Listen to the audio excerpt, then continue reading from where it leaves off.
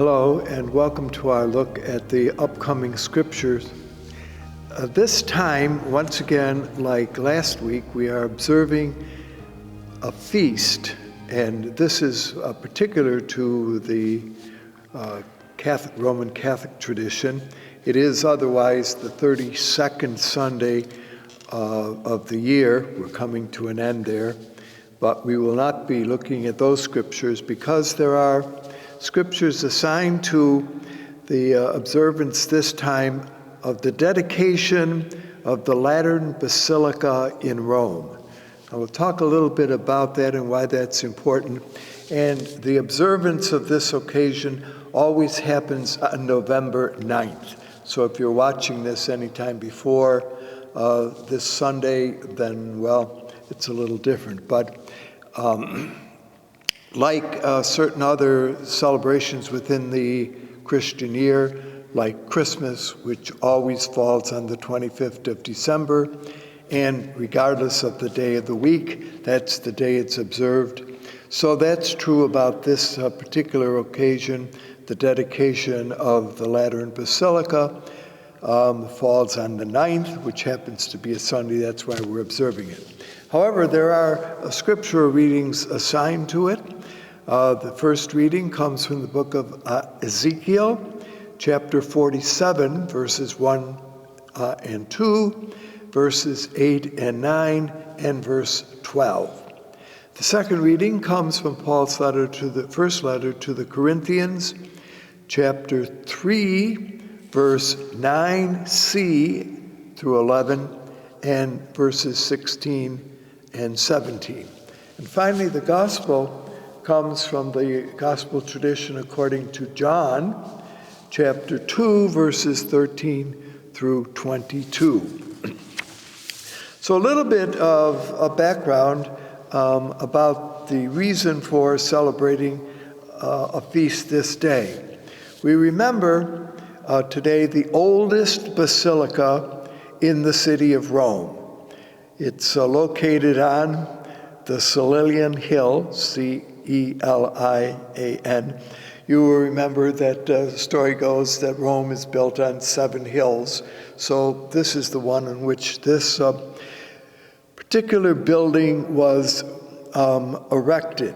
Now, the story is that when the Emperor Constantine, in the year 312, declared religious toleration, won a victory, and in 313, of course, the Edict of Toleration, or religious freedom, which recognized Christianity, you remember, as an official religion, and was one embraced particularly through the influence of his mother, Helena. Constantine liked Christianity. Now, one of the realities was that the city of Rome, by the time that Constantine came into power, and you remember his decision, was to move the center of Roman authority from Rome to a more centering place. And it was he who moved it to a city on in the Middle East, which he renamed Constantinople against his own name. So Constantinople now was kind of the center, of the Roman world, and in some ways Constantine had it right, because certainly when you went east, there was a great deal. There was all of Asia Minor and Palestine, which were all part of the Christian experience, needed someone to see that the things that went on in the city of Rome would stay stable. See, keep in mind, Constantine wasn't unaware of the fact that by changing the center, or the most important center of the Roman Empire, to Constantinople, that he couldn't just throw aside the city of Rome, which had a very rich history, of course, in the tradition of Rome itself. So what he did, and there are various different interpretations here, but he received a gift from the Lateran family of a palace that was on the Basilica Hill. And he decided that this would be an appropriate house for the Bishop of Rome to live in. So the palace originally had been given to Pope Miltiades, Miltiades, but he was succeeded by Pope Sylvester I. And so what we are remembering today is that in the year 324, Sylvester, having kind of arranged things in such a way that this would be a church, consecrated it. Now, what also we are told is that Constantine's mother, Helena, you remember, who had made her trips to the Holy Land, and particularly had discovered the site of the crucifixion and had taken certain relics. So this is a kind of tradition that develops within Christianity, the importance of relics, had sent certain relics found in Jerusalem to Rome, okay? And so the Lateran Church would have these relics as part of kind of the, well, if you want, the entourage of what made this church important. So again, a lot of this is all historical background as to why this church was important. Now, it's also true that this church became the residential church of Rome, and the Bishop of Rome, this officially is his church. And he is kind of, if you want, pastor of this church, not like St. Peter's, which of course is important. And just as an aside, you will remember that there are 4 important churches in the basilicas, actually, in the city of Rome, along with many other churches in Rome today. On almost every corner, you can find some church dedicated to some saint or some aspect of one of the saints' life. But the 4 major ones, I think we've mentioned this before, along with the Lateran Church, would be St. Mary Major, which is believed to be the place where some of the things having to do with the birth of Jesus took place, and it's dedicated, of course, to Mary. And then the 2 churches, one to Peter and one to Paul, Paul's church outside the city of Rome. So those 4 are the most important basilical churches in Rome and are, of course, honored in very special ways. Now, St. John's, here's something to keep in mind. Over the entrance, now, when I say this, have to point out that the church has gone through a number of renovations throughout the centuries, including earthquakes, barbarian invasions, fires, and destruction just by lack of kind of repair.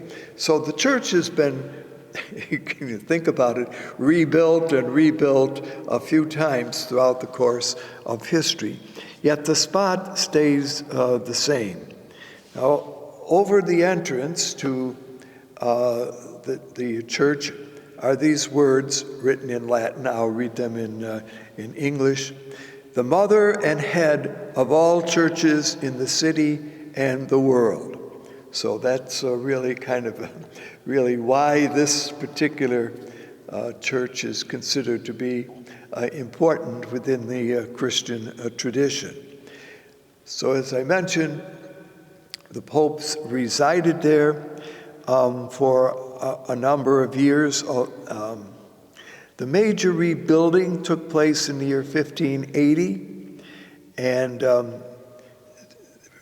becomes now really not so much a church, but the Vatican Historical Museum. And many of the offices of the Diocese of Rome are located in this building. Now, why was it dedicated to St. John? We believe originally it was dedicated to John the Evangelist.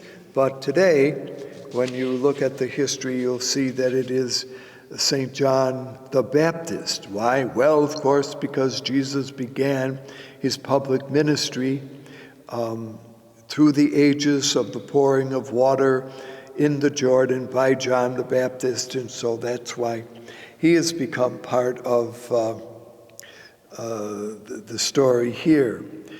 There's a lot of legendary tradition. Along with the church itself is a baptistry, one of the most beautifully created, architecturally baptistry. The doors are very, very famous. The baptistry, by the way, lies outside of the church, okay? So it isn't like in most of our churches part of the building itself, but rather stays separately. And they thought that may, make some sense. You are baptized, you become a Christian, and then you enter into the fullness of the church building and the congregation of praise. Yeah, okay, works nicely, doesn't it? All right. What else can we tell you about this particular building? Across the street, now, often it's as if it were all one building, but rather they are separated, is a building which makes the claim that it contains the steps that were found in Pilate's, that is Pontius Pilate's, praetorium, that people had to go up. And so this building contains what are known as the holy steps or the sacred steps. People who go there, so the tradition, and there are, by the way, 28 steps crafted in white marble and then encased by wooden boards, believed to be, as I say, the steps that Jesus walked on. And so those who visit there go up these 28 steps on their knees. So if you want to visit that, that's one of the traditions here. So what I'm suggesting is connected with this observance this time are a number of traditions. As an aside, there are 6 papal tombs that are located in the church itself. So a number of 6 popes have asked to be there, buried there. Perhaps the more remembered would be Innocent III, who was Pope from 1198 to 1216, and Leo XIII, who is in more recent times, 1878 to 1903, are among the others who are buried there in the Lateran. Also in the Lateran is an obelisk, which was taken from, so we are told, from Egypt. They found it up, you remember the obelisk, there's one that stands in the center of St. Peter's, but this one also believed to be taken from Egypt, even from Karnak, where these obelisks were found. So there's one there at St. John's. The other idea, so that's the holy steps. I think those are most of the things that would be, notice that you really have a number of buildings here that are connected with St. John Lateran. Now, it still remains the church of which the Bishop of Rome is the pastor. Also, in coming to an end to this discussion, 5 ecumenical councils were held here. You will remember, if you're familiar with the 21 ecumenical councils, we'll see that it mentions the Lateran Council. And they were all held relatively at the same time, 1123, 1139, 1179, 1215, and then one of the longer ones, 1512 to 1517. So at this point in time, where councils known as ecumenical were held, they went to the place where the Bishop of Rome was. All right, so that's another kind of historical Jeopardy fact with regard to St. John Lateran. Also, in 1929, a treaty between the Bishop of Rome and the Republic of Italy, known as the Lateran Treaty, took place. And this created the 1-mile Vatican State. So today, of course, that still remains the territory of which the Pope is, in a certain way, the absolute ruler. Now, I got to be careful, but if you're looking about absolute rulers, this is one of the very few places where, in fact, that happens to be the case. So once again, the 1929 treaty is important, certainly in Catholic history and in some ways in world history as we know it. So putting all those things together and just bringing this part to an end, the baptistry at the Lateran is also the oldest known baptistry in the world. So it has certain beginning stories to it. It has certainly some significance in the larger history, if you like history, of the Roman world. The residence of the Pope, by the way, was moved to the Vatican in the 15th century, although as we saw in recent times with Pope Francis, he chose to kind of live not there, but outside this Vatican State in the city of Rome. So that again is a little bit of history. Today, as I say, if you visit the Lateran, there are a number of different places within all kind of, I want to say a circle, but certainly within very walkable distance that have historical ness to our Christian tradition. If you, going back to what I started with, if in 324 the basilica was dedicated, think about it, last year marked the 1700 anniversary of this dedication. And that again is why last year, and maybe flowing into this year, there is still a great deal of interest in the basilica. All right, now the readings, of course, are assigned because some way they have to do not with the Church of Rome, but with the centering building in Judaism, namely Jerusalem. And the gospel comes from the gospel tradition, as I mentioned, of John. Now, according to the book of Sirach, which is a book probably written about 200 years prior to Jesus' time. Jerusalem was the place assigned by God for wisdom to dwell. Now, it's important to notice why do I mention this? Because in John's Gospel, Jesus is considered to be wisdom in flesh. In the beginning was the Word, and the Word was with God, and the Word was God.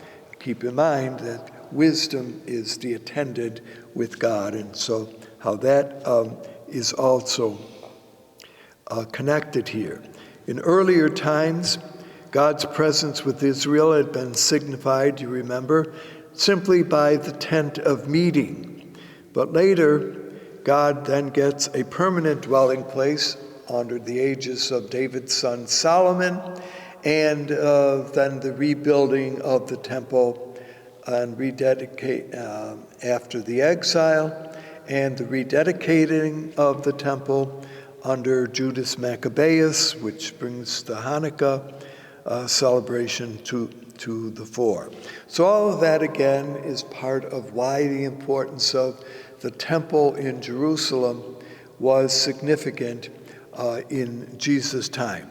Now, all four Gospels describe what is given in the story that we hear this time, where Jesus now enters into the temple in Jerusalem, is pictured as chasing out those who are buying and selling, particularly sheep and cattle. And sometimes this is called the cleansing of the temple.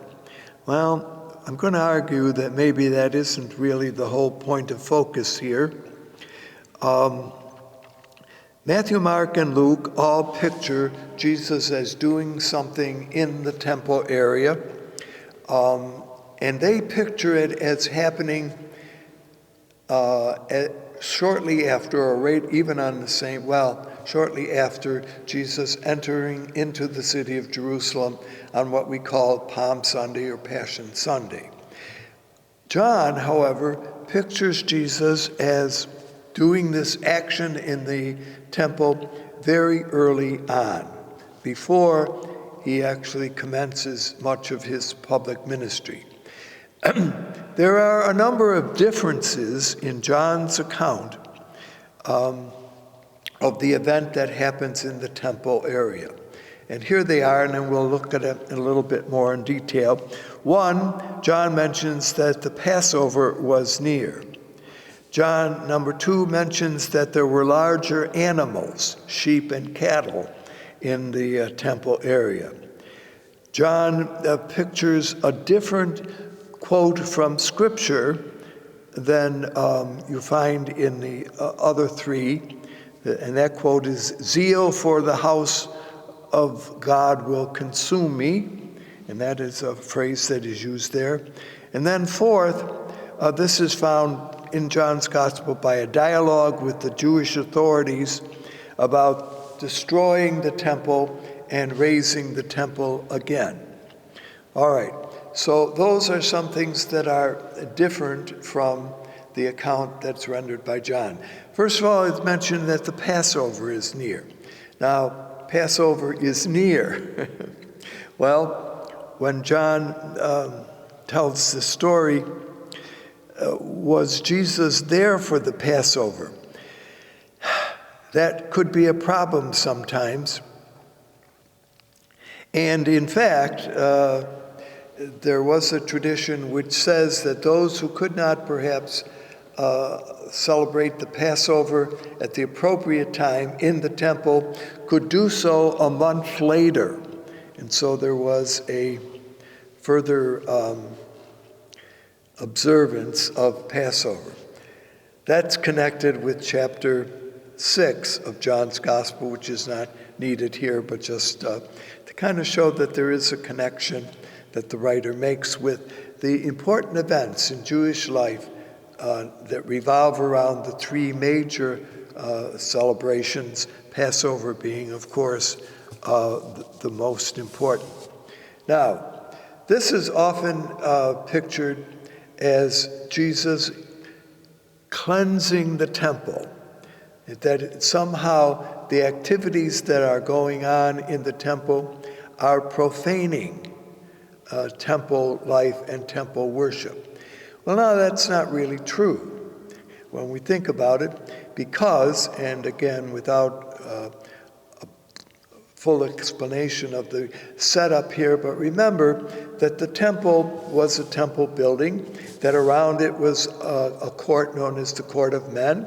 Around that was then a larger court, which is known as the Court of the Gentiles, or the Court of Women, and it was there that buying and selling was legitimate because certain things, such as the offering of the Paschal lamb, could not be done except if it was done in the temple area. So, in fact, no offense here, but there was a kind of butcher shop that was set up at certain times, particularly as we came close to the Passover, in the larger area, not in those two that early ones, but in the larger area of the temple. So, Jesus is pictured here as driving out the buying and selling, but cleansing is, as I mentioned, not what John has in mind. In fact, Jesus' critics, after he does this, will say, give us a sign by what you can justify what you are doing. And the point that the fourth gospel is making, that Jesus is the replacement of the temple, that the days of the temple are over. This is a regular theme throughout the Johannine Gospel, namely that Jesus replaces traditions that are part of Israel. So by the time, of course, that the fourth gospel was written, the temple in Jerusalem had been destroyed. So Jesus is the new temple. And thus the words, destroy this temple, and in 3 days I will rebuild it. Now, well, what does this mean? Well, keep in mind that Jesus here is pictured, since he is the new temple, since he will suffer arrest, persecution, death, destroy this temple, and in 3 days I will rebuild it. So when one sees this, it's a prediction of the resurrection. See, so that the whole purpose of John telling the story of the activity that goes on in the temple is not a cleansing idea, which would perhaps belong to the synoptics, but something very different. Jesus is the new temple, the living temple of God. Jesus is God's presence with Israel, much like, as we mentioned before, those other places, the meeting tent, etc., where God had been present with Israel. So all of this is really a bit of a background as to why John pictures the temple. And it's important, although we today remember the dedication of the Basilica of St. John John the Baptist, Lateran, etc., has this very long name, remembers a building and a place. But more importantly, it certainly is something that we are remembered, that we are the living temple of God, and that the center of our hearts, the center of our lives, remains Jesus. So although certainly, and there's a hymn that goes, the one foundation is Jesus Christ the Lord. And that's true. Whatever building we are in, the foundation that we rest in is none other than Jesus. Well, hope that you've enjoyed this wandering around a little bit today. Hope to see you again next time.